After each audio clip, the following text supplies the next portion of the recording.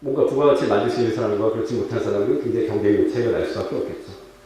이거는 이제 저한테 최근에 메일로 온 걸 몇 개 뽑아봤는데, 뭐 이안 브레머하고 유라시아고 회장인데 제가 예전에 이메일로 인터뷰를 한 적이 있어요. 근데 워싱턴에 있는 띵크탱크인데 정치 리스크를 뭐 경제적인 의미로 분석하는 그쪽에서 굉장히 유명한 사람입니다. 이쪽은 뭐 마켓, IHS 마켓 시장 분석 쪽이고요. 이건 블룸버그 아시죠? 거기서 우리 이런 뉴스 썼어요, 봐주세요 하고 저한테 이제 보내주는 거예요. 근데 누구나 이런 거 다 받을 수 있어요.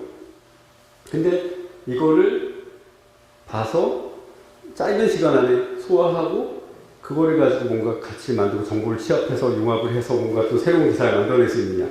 다시금 말씀드리지만 이건 기자만의 얘기가 아니라 이런 정보를 다룰 수 있는 자기가 원하는 분야, 관심 있는 분야의 정보의 바다를 정말 이렇게 잘 헤엄쳐 다닐 수 있느냐 없느냐는 굉장히 앞으로 그럴 수 있는 사람과 없는 사람은 시간이 갈수록 정말 차이가 많이 벌어질 수밖에 없는 현실이라는 거를 사실 머리로는 알지만 잘 언론사 안에서도 뭐 그냥 그런 거지 뭐 하고 그냥 넘어가는 분들도 많은데 굉장히 지금 격변의 시대입니다 사실.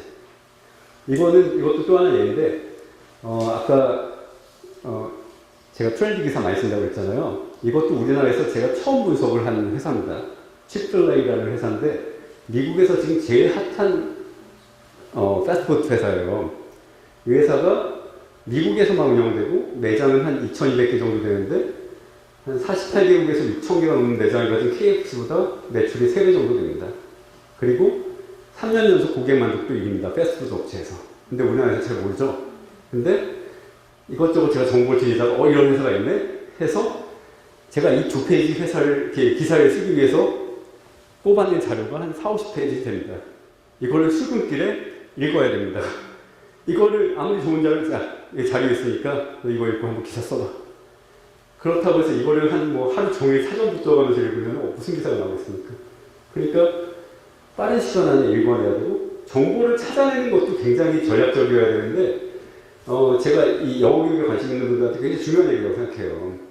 왜냐면 저도 미국에서 대학을 나오고 영어를 잘한다는 사람을 저를 도와주라고 뽑은 적이 있는데 도움이 안 되더라는 거죠. 저도 처음에 이해 못했어요. 코리아 헤럴드, 코리아 타임즈 있을 때는 오히려 이해 못했습니다. 저는 이제 만나서 기사만 영어를 썼으니까 그때는.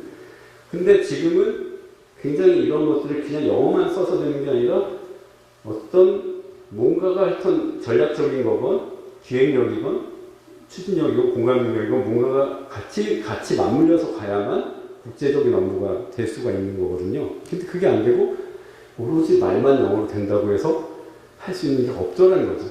저도 그거를 최근에 이제 굉장히 뼈아픈 경험들을 통해서 느꼈습니다. 잘할 줄 알았는데 왜 못하지? 그럼 뭔가 교육이 잘못됐나? 왜 영어는 잘한다고 하는데 근데 거꾸로 생각하면 이해하기 쉽지 않습니까? 다 여기 계신 분들 다 한국어 네이티브 스피커잖아요.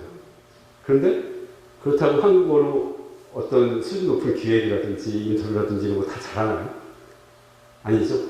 그렇다면 한국어를 잘한다고 했을 때 그 잘함의 기준이 이제 영어에 대해서도 수준이 굉장히 올라갈 수밖에 없는 시대가 됐다는 거죠. 단순히 미국이 최강국이고 미국이 대세니까 미국 사람처럼 영어 잘하면 너 발음이 완전히 뭐 LA 10년 살다니? 그리고 그게 영어 잘하는 게 아니라 이런 뭔가 창출해낼 수가 없으면은 그 영어의 잘함은 헛된 것이라는 거죠. 그래서 이런 것들이 굉장히 앞으로 교재나 정말 도움되는 교재를 만들고 나아가서 우리나라의 미래의 경쟁력에 도움이 되는 방향으로 바꾸는 데 좀 도움이 됐으면 하는 바람입니다. 그래서 이분들은 다 제가 인터뷰하는 분들이에요. 여기 하마다 모이치라는 분은 예일대 명예교수인데 아베노믹스의 이론적인 지주입니다. 며칠 전에 제가 경주 호텔방에서 전화를 했습니다. 전화 인터뷰를 했는데 이분은 이 두 젊은 친구들은 중국의 아주 굴지의 회사의 2세들이에요. 둘 다 보스턴에서 공부했어요. 근데 파티에서 만났어요. 그래서 이분들이 그런 분들이란 거 알고 잠깐 나가서 얘기 좀 하자. 그래서 20분 동안 녹음기 들고 해가지고 인터뷰를 했어요. 그리고 이 마이클 도펠마이어는 평창올림픽에 역시 오스트리아 홍보관에서 누가 인사 좀 시켜줄게 봤더니 이분이 세계 최고의 곤돌라 회사 회장이에요. 4대 오스트리아 회사인데 우리나라에 뭐 평창 용평 곤돌라 이런 거 다 여기서 한 거예요. 그 다음에 아까 말했던 이안 브레먼은 페이스북으로 제가 야, 우리 인터뷰 좀 하자. 우리 이렇게 대단한 언론사인데 인터뷰 좀 하자 해서 한 사람이고요. 이게 짐 로저스는 세계적인 투자자죠. 이분도 전화로 이제 인터뷰를 했던 케이스입니다. 이분들은 왜 이렇게 하냐면, 우리가 통역 없이, 영어를 정보로서 이렇게 얘기를 할 수 있고, 언제든지 이렇게 좀 마음의 준비가 돼 있으면, 참 기회가 많이 와요. 그렇지 않겠어요? 그럼 통역하면 되잖아. 통역 붙이면 되잖아. 첫째는 돈이 많이 들죠? 통역비 줘야 되죠? 둘째는 저는 그거보다 더 큰 문제가 뭐냐면, 한 시간을 충실히 얘기할 수 있는 걸 통역을 붙이면 시간이 줄어들어요. 그래서 후배가 인터뷰를 했는데 기사가 부실하다. 통역을 두고 한 경우에 좀 부실한 경우가 많아요. 그럴 수밖에 없지 않겠어요? 이 바쁜 사람이 한 시간 충실하게 줘서 제가 영어로 얘기를 하면은 충실하게 한 시간짜리에 쓸 수 있는데 통역을 붙이면은 반으로 줄어들잖아요. 그럼 얘기가 부실해질 가능성이 높죠. 그러면 지금 말씀드린 게 과연 언론에만 해당되는 거냐. 아까 말씀드렸듯이 정보를 다루는 모든 사람한테 해당되는 변화거든요. 근데 정보를 다루지 않는 직업이 어디 있나요? 꼭 언론, 기자, 컨설턴트만 정보를 다루는 직업이냐? 이를테면은 빵집을 하는, 베이커리를 하는 분이다. 그럼 요즘 같은 치열한 경쟁의 시대에 그 베이커리 인더스트리의 글로벌 트렌드를 알면 얼마나 도움이 되겠어요? 일본에서 뭔가 크면 이제 우리나라에서 곧 인기 있겠다. 그래서 일본 정보를 막 뒤져봤더니 일본에서 뭐가 앙버터 빵이 유행하더라. 이를테면 그러면 이제 그쪽에 뭔가를 좀 할 수도 있어. 그 다음에 인테리어 디자인 하는 사람이라면 당연히 세계적인 인테리어 디자인 트렌드가 도움이 되겠죠. 그리고 의사는 의사대로 어떤 직업이든 정보에 대해서 자기가 자유롭게 활용 폭이 넓어서 손해볼 직업은 없지 않겠습니까? 그런 면에서 굉장히 영어가 중요할 수밖에 없다는 거예요. 그래서 며칠 전에 만난 저기 성태웅 교수님이라고 이분이 마침 이런 얘기를 하더라고요. 저한테 앞으로는 같은 직업이라도 국제 역량에 따라서 대우가 달라지는 시대가 올 것이다. 의사라고 같은 의사가 아니라 국제 역량을 가진 의사냐? 그렇지 않은 의사냐? 국제 역량을 가진 기자냐? 그렇지 않냐? 국제 역량을 가진 영어 교사냐? 영어 교사는 다 국제 역량이 있어야 되겠죠. 그렇겠죠. 그러니까 그런 시대가 될 것이다. 자녀 교육을 위해서건 아니면은 교재를 위해서건 굉장히 중요한 말씀이라고 생각해서 제가 교수님께 이거 저 얼마 있다가 IGS에서 강의하는데 좀 인용 좀 하겠습니다. 그러라고 줘가지고 제가 썼습니다. 밑에는 또 저번 한 몇 주 전에 만난 글로벌 컨설팅 회사의 고위 임원인데 이분이 그냥 영어 얘기하다 그러니까 첫 마디 나온 게 영어 못하면 죽어야죠. 근데 농담으로 하신 거죠, 농담. 근데 농담이니까 제가 이제 근데 또 진담으로 받아들이실까봐 제가 신원을 공개를 하는데 그러니까 정말 중요하다. 이분이 중요하다고 말하는 게 바로 저하고 같은. 왜냐면 그 컨설팅이라는 게 정보를 다루는 거잖아요. 그 현장에서 그대로 느끼는 겁니다. 이분도. 그래서 영어를 못하면 죽어야 된다 이런 얘기까지 할 정도로 영어가 중요하다는 얘기는 바로 아까 말씀드린 정보 활용하는 능력에서 정보에서 뒤처질 수밖에 없다. 영어를 못하면 그 큰일이다. 이제 이런 얘기라고 보시면 됩니다. 그래서 이제 두 가지 트렌드를 말씀드리면은 주목할 만한 트렌드를 말씀드리면은 이제 글로벌과 로컬의 경제가 별로 의미가 없습니다. 언론사를 예를 들면은 이제 국제부라는 게 있었어요. 제가 화웨이라는 회사에 아까 말씀드렸듯이 PR 부장으로 있다가 이제 언론에 미련이 있어 다시 조선비즈라는 데에 국제팀장으로 왔어요. 근데 국제팀장을 해보면서 느낀 게 뭐냐면 진짜 국제부는 없어져야 될 부서구나. 무슨 말이냐. 국제부라는 게 따로 있어서 국제뉴스를 할 필요가 있느냐. 산업부는 산업부대로, 경제부는 경제부대로, 스포츠부는 스포츠부대로 국제적인 감각이 있어야 되고 국제적인 뉴스를 다뤄야 그게 온전한 기사를 다루게 되는데 굳이 국제를 따로 한다는 건 너무 후진적이다. 그러니까 예를 들면 삼성에 대해 기사를 쓴다. 그러면 예전에는 매체도 많지가 않았고 그러면 삼성에서 불러서 간단히 합니다. 와서 보면 자료 주고 그러면 쓰면은 그 다음날 아침에 사람들이 일간지를 봤을 때 이렇구나 하고 넘어가지만 요즘 같은 시대 정보도 넘쳐나죠. 독자들도 똑똑해지죠. 블로거들도 많죠. 그런 시대에 삼성에 대해서 제대로 기사 쓰려면은 삼성이 하는 얘기만 가지고는 어림도 없고 삼성이 속한 인더스트리의 트렌드도 알아야 되죠. 기술 변화도 알아야 되죠. 투자도 어떻게 하고 있는지도 찾아봐야 되죠. 삼성의 경쟁 관계는 어떻게 되느냐. 삼성이 왜 쟤네를 왜 인수했냐. 어떤 변화 때문이냐. 이런 것들을 다 알아야 생명력이나 기사를 쓸 수 있는데 국내에서 도는 정보만 가지고 그런 기사 쓸 수 있을까요? 없을 거라고요. 그러니까 이제 정말 글로벌 정보에 밝아야 국내 기업에 대한 기사도 제대로 쓸 수 있는 기사가 있습니다. 또 하나는 이제 인공지능의 학사인데 제가 이제 주제 4차 산업혁명이 들어오기 때문에 이 얘기도 하려고 합니다. 이분들도 제가 다 인터뷰를 했던 위에 분은 이제 후배를 시켜서 인터뷰를 했어요. 구글 번역 총괄연구원이에요. 아랫분은 스튜어트 러셀이라고 인공지능의 아버지라고 불리는 사람인데 제가 이제 이메일로 인터뷰를 했고요. 그리고 인공지능 통번역 발달하고 팝하고도 뭐 더 발달하고 그러면은 이제 영어 뭐 안 해도 되겠네 라고 생각할 수 있는데 바로 구글의 번역 총괄 담당자가 한 얘기가 아무리 번역 기술이 좋아져도 AI가 인간 통번역 활동을 완전히 대체하기 어렵다. 대화는 변화무쌍하고 같은 말도 문화적 차원에서 사이에 따라 상황에 따라 또 표정에 따라 달라진다는 거죠. 그래서 완전히 대체하는 시점은 어쩌면 오지 않을 수 있다. 두 번째 이 스튜어트 러셀 얘기는 지금 이 인터뷰했던 시점에서 이분이 프랑스에 있었는데 AI 번역기 놀랍지만 불어야 능력을 가치 없는 것으로 만들지 않을 것이다. 외국어를 유창하게 구사하는 사람이 AI 번역기에 의존하는 사람보다 비즈니스 파트너로 더 신뢰가 가지 않겠나 이런 얘기인데 저도 공감이 가는 게 뭐냐면요. 인터뷰 많이 하잖아요. 외국인들 인터뷰 많이 하잖아요. 그러면은 만약에 우리가 AI를 쓸 수 있다는 가정은 뭐냐면 내가 질문을 쫙 뽑아요. 1번부터 10번까지. 그리고 자 1번 질문, 1번 답변. 2번 질문, 2번 답변. 10번까지 다요. 오케이. 인터뷰 끝. 기사. 근데 이렇게 되는 경우는 단 한 번도 없습니다. 절대로 없습니다. 굉장히 심리적인 사이콜로지컬한 게임이기도 하고 인터뷰라는 게. 또 하나는 물어봤을 때 이 상대방의 표정 변화라든지 답변에 따라서 한 1번 답변을 했는데 새로운 궁금증이 생겨요. 아니, 그러면은 이건 어떻게 생각하세요? 그 말이 이런 말이세요? 수없이 많은 변수들이 꼬리꼬리를 물고 이어지거든요. 그거를 인공지능으로 커버를 할 수가 없을 것 같아요. 제가 봐도. 물론 인공지능 변화 속도가 워낙 빠르기 때문에 이분들 제가 AI와 자녀교육이라는 커버 기획을 해서 소피아 로봇 개발자부터 해서 한 6명을 인터뷰한 적이 있어요. 이메일로.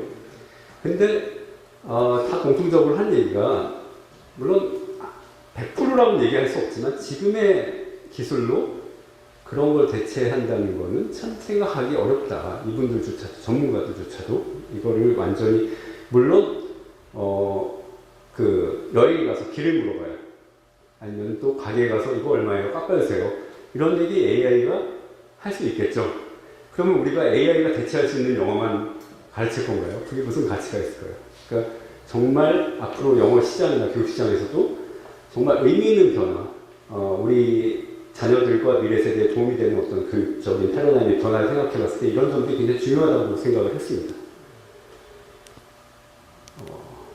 그래서 크게 보면은 뭐 우리 가버진, 가버지아 뭐 이런 말도 이제 컴퓨터에서 하고 있는데 인공지능은 어떻게 보면은 증폭시켜주는 역할을 하는 것 같아요. 가속화시키거나 엑셀러레이트하거나 아니면 앰플리파이 하거나 그건 무슨 말이냐면 처음에 들어간 인풋된 정보나 이런 것들이 후지면 조업 같은 게 나올 수 없는 거죠.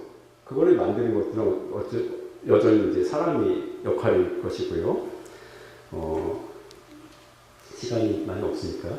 그럼 영어를 처음에 말한 질문을 봐서 영어 잘한다는 게 과연 뭐냐. 제가 첫 직장에 현대기아차를 갔을 때 해외 마케팅, 처음에 수출 기획팀을 갔다가 마케팅을 갔는데 그 당시는 2000년이었으니까 정말 미국화된 게 정말 영어를 잘하는 거라는 생각이 온 나라에 팽배했던 것 같아요. 대학 시절 생각해보면 영어 학원을 끌어서 갔는데 이를테면 강사가 영국식 영어래요. 잘못 왔네. 이런 과정을 지금 그런 시대, 우리 역사적인 이유도 있겠죠. 우리나라는 미국하고 워낙 좀 그런 이유가 있겠지만, 근데 제가 이제 화웨이에서 일을 했다고 했잖아요. 영국으로 또 유학을 갔어요. 카디프 대학에서 저널리즘을 석사를 했는데, 그러면서 굉장히 이제 느끼는 부분들이 많았어요. 우리가 인도 사람 영어 굉장히 알아듣기 어렵잖아요. 저도 굉장히 힘들었거든요. 인도 사람 만나면은. 근데 지금은 인도 친구도 있고 인도 박사님하고도 얘기를 하고 그러는데 우리가 영어를 하는 목적에 대해서 잘 생각해 볼 필요가 있을 것 같아요. 우리가 미국 사람처럼 영어를 잘하기 위해서 영어를 하는 거냐? 그러면은 그 하웨이에 있을 때 중국 회사지만 다 오피셜하게 다 영어로 얘기를 했거든요. 중국 시장에서 이런 기업들이 많고 우리나라 기업의 기회들도 많을 텐데 인도도 또 다른 13억 인구의 인도도 있는데 우리가 그들의 영어가 표준 미국 영어가 아니라는 이유로 그들하고 비즈니스 안 할 거 아니잖아요. 그렇죠? 그러니까 그 다양한 다이어렉트 또 하나는 문화적인 소통 능력도 따로 떼어낼 수가 없는 것 같아요. 왜냐하면 제가 영국 유학 가서 정말 쇼크를 받았어요. 저도 이제 가족들이나 다 미국 유학 가신 분들이 많고 저도 어렸을 때부터 미국화된 교육을 받았는데 사이클도 좋아하고 근데 이 영국 가니까 사람들이 너무 다른 거예요. 미국 이렇게 다를 수가. 아니 미국 사람들이 영국에서 온 거 아니었나? 근데 어떻게 이렇게 다르지?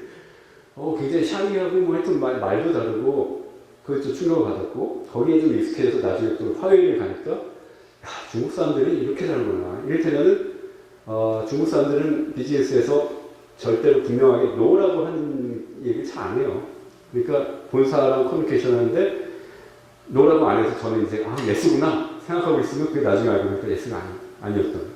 yes는 yes라고 하는데 뭐 no라고 이렇게 얘기하는 걸 잘 싫어하더라고요. 그다음 또 반대로 how 뭐 좋아라고 얘기를 한다고 해서 그게 100% 좋다는 얘기도 또 아니라는 얘기를 또 중국 전문가들이 하더라고요. 일본 같은 경우는 yes라고 하면 100% yes라고 얘기를 하더라고요. 그러니까 그런 것들을 모르고 내가 영어만 무지하게 잘해야 된다고 해서 써먹을 수 있는 게 과연 있겠냐. 그런 문화적인 것들과 그런 문화적인 코드 스위칭 능력. 그러니까 이를테면 영국 사람하고 얘기할 때는 이 사람이 영국 사람이니까 영국식 코드로 변신! 그래가지고 영국 얘기를 하다가 인도 사람 만나면 또 그런 어떤 문화적인 이해를 바탕으로 해서 할 수 있는 능력들. 저는 이제 교재 전문가, 교육 전문가가 아니지만 이런 변화들을 생각하면서 어떤 교재나 교육에 대해서 어떤 좀 뭔가 새로운 아이디어를 얻을 수 있지 않을까. 그런 생각이 좀 듭니다. 아까 말씀드린 그대로입니다. 뭐, 비정상회담인가요? 저는 뭐 잘 안 봤지만, 한국말 잘하는 외국인들 나와서 막 토론 열심히 하고 뭐 반응이 좋았던 것 같아요. 근데, 과거의 관점으로 보면 이 사람은 아무리 한국말 잘해도 네이티브가 될 수 없는 거죠. 한국말을 잘 수 없는 거죠. 우리도 그런 잣대로 평가받던 시절이 있었잖아요. 네이티브가 아니니까. 그런데 점점 더 중요해진 활용 능력이라든지 어떤 기획 능력이라든지 공감 능력이라든지 이런 것들은 그냥 단순히 그 언어를 원어민처럼 한다고 되는 건 아니더라. 그러면 무엇이 중요하냐? 제가 느낀 것들은 첫째, 정보 활용 능력이 영어 실력의 어떤 척도가 되는 시대가 됐다. 떼어 생각하기 어려운 시대가 됐다. 영어로 쏟아지는 그 무지막지하게 많은 중요한 생생한 정보들을 과연 얼마나 잘 내가 원하는 대로 필요한 대로 재단해서 쓸 수 있느냐. 이것이 영어를 잘해야 되는 굉장히 중요한 이유가 되어버렸다. 두 번째는 통번역분의 인공지능 너무 비관적으로 생각할 건 없다. 인공지능이 대체할 수 있는 영어를 가르치는 시장은 물론 이제 줄어들겠지만 그렇기 때문에 더더군다나 영어 교육의 어떤 패러다임 변화가 지금 절실하다. 그 다음에 말씀드렸듯이 문화 간 소통 능력이나 공감 능력도 중요해졌다. 그리고 또 하나는 처음에 초반에 말씀드린 것처럼 이 지금 환경의 변화를 간과해서는 안 된다. 유튜브만 봐서 영어 잘하는 애들도 있고 정말 온갖 그 정보들이 쏟아지기 때문에 자기가 자기의 어떤 적성과 취미에 따라서 좋아하는 컨텐츠를 영어 공부할 수 있는 것들이 무궁무진하게 많았다. 제가 10년 전만 해도 코리아에서 강의를 많이 다녔어요. 그 홍 회장님께서 이제 대학교를 가서 강의를 하고, 그럼 저 같은 기자도 한 명 가서 무슨 강의를 하냐면 코리아 헤럴드로 영어 공부하는 거 이런 강의를 한다고요. 코리아 헤럴드를 왜 봐야 되나, 이렇게 어떻게 하면 코리아 헤럴드를 봐서 영어 잘할 수 있나 이런 거 강의한다고요. 근데 지금 그런 강의 한다고 하면 굉장히 좀 설득력이 떨어질 수가 있을 것 같아요. 그때는 영어를 볼 수 있는 소스가 굉장히 제한적이었잖아요. 지금은 제가 페이스북으로 팔로우하는 영어 소스만 해도 수백 개가 됩니다. 수백 개. 그냥 어디서든 스마트폰을 켜고 페이스북에 접속하면 그 시기 그 타이밍에 뉴스되는 것들이 정말 이렇게 한 5분 보면요. 지금 세계가 어떻게 돌아가는지 알아요. 근데 그거를 잘 소화할 수 있느냐 없느냐는 또 다른 문제겠죠. 그게 이제 영어 교육의 하나의 목표가 되어야 되지 않을까. 그 다음에 오바마의 제 맘대로 얘기. 이거는 AI 전문가들이 많이 하는 얘기기도 해요. 그래서 깊이보다는 넓이. 이 말은 무슨 말이냐면 평소에 굉장히 다양한 분야, 넓은 분야에 대한 상식을 갖는 게 굉장히 중요하다. 관심을 갖고 트렌드를 따라가는 노력. 쉽진 않아도. 왜냐하면은 깊이는 AI를 따라가기 어렵거든요. 대표적인 게 이제 바둑이라고 얘기도 해요. 바둑이 굉장히 수가 심오한 것 같지만, 수가 많은 것 같지만, 룰이 정해져 있고, 다 판을 보면서 플레이 하잖아요. 그런 거는 AI가 쉽게 잡아먹을 수 있는 제 얘기가 아니라 그 인공지능 전문가가 저한테 한 얘기입니다. 인터뷰 중에서. 근데 아까 말씀드렸듯이 인터뷰 과정에서 어떤 시시각각 변하는 거에 대해서 대응하는 거라든지 전략을 세우는 거라든지 이런 부분들은 AI가 따라가기가 좀 쉽지 않다는 게 그 전문가들의 이야기기도 합니다. 그래서 이런 상황 변화들에 대한 인식이 이제 앞으로 여기 뭐 계신 분들이 영어 교육 교재를 통해서 정말 우리나라가 기업 경쟁력도 지금 뭐 참 우울한 얘기들이 많죠. 경제에 대해서 산업 경쟁력이라든지 뭐 자원이 있는 것도 아니고 앞으로 국제화가 정말 살 길이라고 생각을 하는데 그런 영어 교육에 있어서 어떤 패러다임 변화, 시대에 맞는 교재들이 많이 나오고 시대에 맞는 교육 프로그램들이 많이 나와서 우리나라 미래에 좀 도움이 되는 그런 좋은 일들이 좀 많이 있었으면 좋겠습니다. 이상입니다. 감사합니다.